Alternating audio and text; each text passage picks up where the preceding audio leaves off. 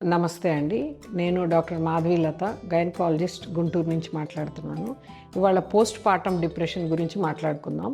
Post partum depression అంటే delivery తర్వాత 4 to 5 days తర్వాత నుంచి, లేదంటే డెలివరీ అయిన వెంటనే కొంతమంది స్త్రీలకి కొంచెం మూడీగా ఉండటం, కొంచెం విసుగ్గా, అంటే సరౌండింగ్స్ని ఏం పట్టించుకోకుండా ఉండడం, ఏడుస్తూ ఉంటారు. అంటే బేబీ బాగానే ఉన్నా, అన్ని కండిషన్స్ బాగానే ఉన్నా కూడా కొంచెం ఏడుస్తూ ఉంటారు. ఇలాంటి కండిషన్ని పోస్ట్ పార్టమ్ డిప్రెషన్ అంటాం. ఇది సాధారణంగా హార్మోన్ తేడాలతో, కొంచెం ప్రెగ్నెన్సీలో హార్మోన్స్ బ్యాలెన్స్ తప్పడం వల్ల కానీ అట్లా రావచ్చు. కొంతమందికి ప్రెగ్నెన్సీలకు సంబంధించిన కొన్ని న్యూట్రియంట్స్ సరిగా తీసుకోకపోవటం వల్ల, లేదంటే కొంతమందికి ప్రెగ్నెన్సీ ముందే డిప్రెషన్ సిమ్టమ్స్ ఉంటాయి.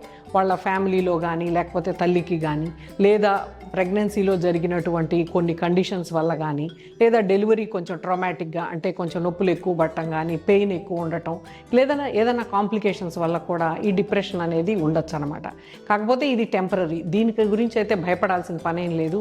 దీనికి పెద్దగా ట్రీట్మెంట్, మందులు కూడా ఏమీ అవసరం లేదు. రీఅష్యూరెన్స్ అంటే పేషెంట్తో కౌన్సిలింగ్, కాసేపు అందరూ మాట్లాడటం, రిలాక్స్గా ఉండటం, ఉండేట్టు చూస్తే వీళ్ళు మామూలు అయిపోతారనమాట సాధారణంగా.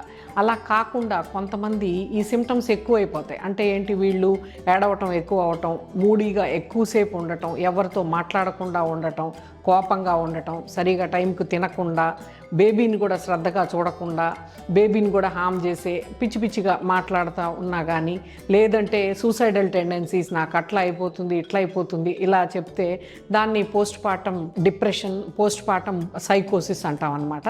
దీనికి మాత్రం సైకియాట్రిస్ట్ దగ్గర ట్రీట్మెంట్ తీసుకోవాలి. ఏం తీసుకున్నా కానీ వాళ్ళని మనం ప్రేమగా, ఆప్యాయంగా మాట్లాడటం వల్ల, వాళ్ళని గమనించటం వల్ల ఈ ప్రాబ్లమ్స్ తగ్గే అవకాశం ఉంది. అలా తగ్గని వాళ్ళని మాత్రం సైకియాట్రిస్ట్ చూపించి సరైన ట్రీట్మెంట్ తీసుకోవాలి.